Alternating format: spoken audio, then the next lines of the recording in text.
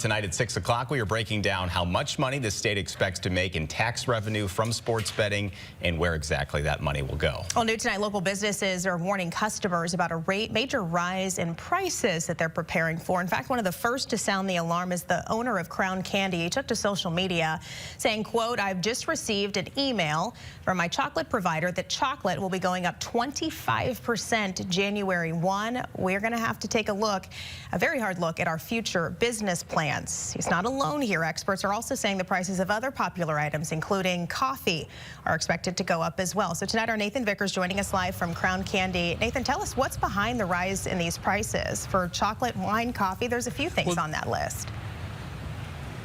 Yeah, a few things on the list. I've got the cup of coffee right here, and you know, things are going up, and it's not just because of inflation. There have been some climate disruptions, some storms in some parts of the world, and droughts in other parts of the world that have impacted some of the crops that get turned into coffee and cocoa beans. And the prices might go up even more in 2025.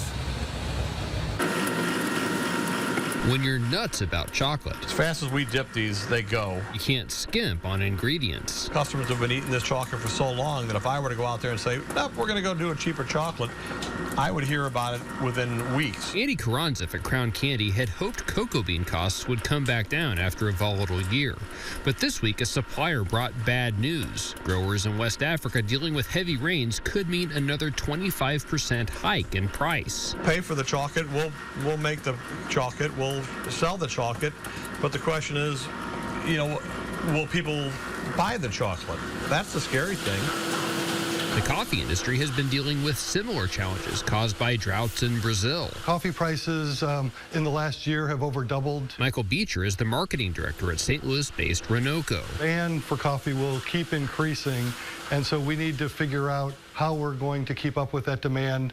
Obviously, we want to be able to do that in a way that is, you know, responsible to the environment, but also in a way that is cost-effective for the consumer.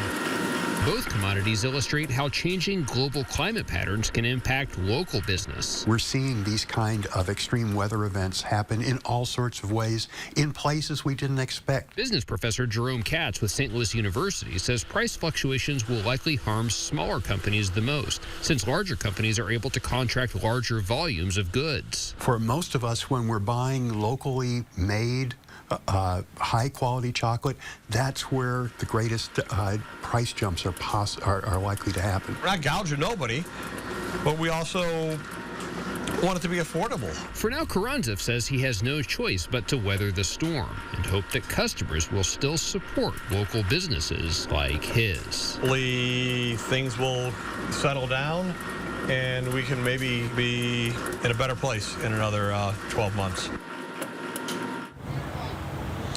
And Professor Katz with St. Louis University also told us that part of the reason for some of these price increases also has to do with speculative buying, which is companies buying up large volumes of these commodities in anticipation of some of those weather events that could harm crops.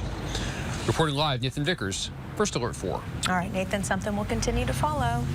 Thank you. Let's take a live look at the downtown skyline from the Central West End.